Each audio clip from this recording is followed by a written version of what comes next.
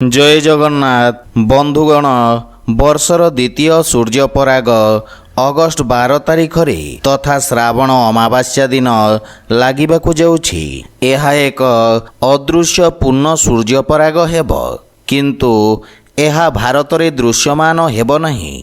सेथिपई एहार सूतक काल मध्य मान्य हेब नहीं। ज्योतिषीय शास्त्र अनुसार सूर्यपराग भारत रे दृश्यमान हेब नहीं, किंतु सूर्य मलिन हेबा कारणरू एहार प्रभाव समस्त द्वादश राशिर व्यक्तिविशेष मानक उपरे पड़िब। भारतीय समय अनुसार एही सूर्यपराग अगस्ट 12 तारिख रात्र प्राय 9 घंटा 4 मिनिट रे आरंभ होई 1 घंटा 28 मिनिट रे शेष हेब। एही सूर्यपराग कर्कट राशि एवं अश्लेषा नक्षत्र रे हेब।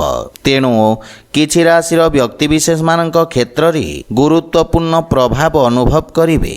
सेथिपई किछि राशिर व्यक्तिविशेष माने अनेक क्षेत्र रे गुरुत्वपूर्ण प्रभाव अनुभव करिवे एवं किछि राशिर व्यक्तिविशेष मानक उपरे सूर्यपरागर नकारात्मक प्रभाव देखा देब। तो आसंतु जानिबा एही सूर्यपराग केउ केउ राशि को प्रभावित करिब से विषय रे। सेथिपई वीडियो को शेष पर्यंत देखंतु और जो माने आम चैनल को नुआ करी आछंती तले थिबा लाल रंगर सब्सक्राइब बटन को दबे आम चैनल को सब्सक्राइब करंतु और पाखरे थिबा घंटी बटन को दबे ऑल रे सिलेक्ट करंतु, काहेकि ना आमे अपलोड करिथिबा प्रत्येक वीडियो रो नोटिफिकेशन आपण सर्वप्रथमे पाई परिबे। प्रथम राशि हेउची मेष राशि। मेष राशिर व्यक्तिविशेष मानक उपरे सूर्यपरागर सकारात्मक प्रभाव पड़िबार संभावना रहिछि।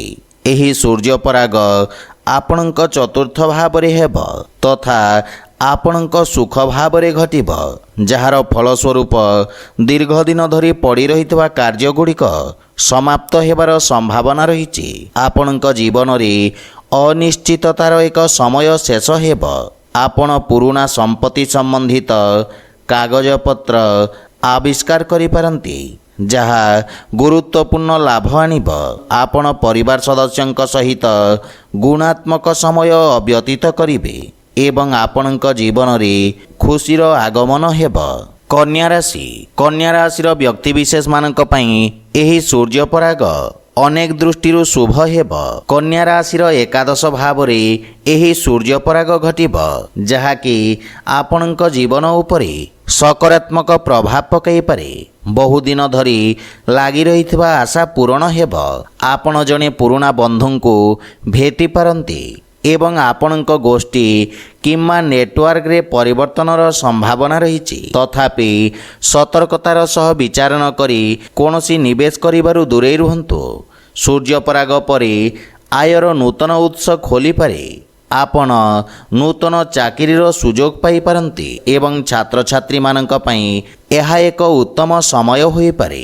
तुला राशि। तुला राशि रे जन्मित व्यक्ति मानक पई सूर्यपराग लाभदायक होई पारे। अनुकूल ग्रह स्थिति एवं दैवी कृपा सकारात्मक परिणाम प्रदान करिब।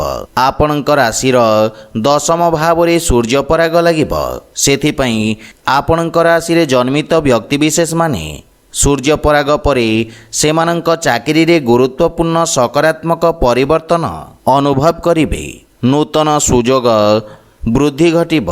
बोनस एवं पदोन्नति हेबार मध्य संभावना रहिछि तथा आपण परिवार सदस्यंक सहित गुणात्मक समय व्यतीत करिवे। मीन राशि। मीन राशिर व्यक्तिविशेष मानक पई एही सूर्यपराग पंचम भाव रे लागिब, जहा संतान शिक्षा सृजनशीलता एवं महत्वाकांक्षा सहित जड़ित।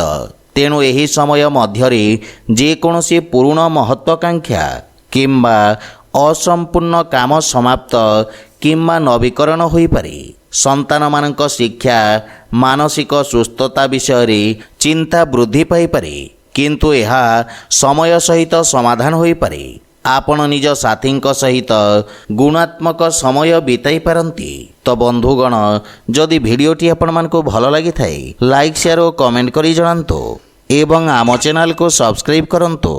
जय जगन्नाथ।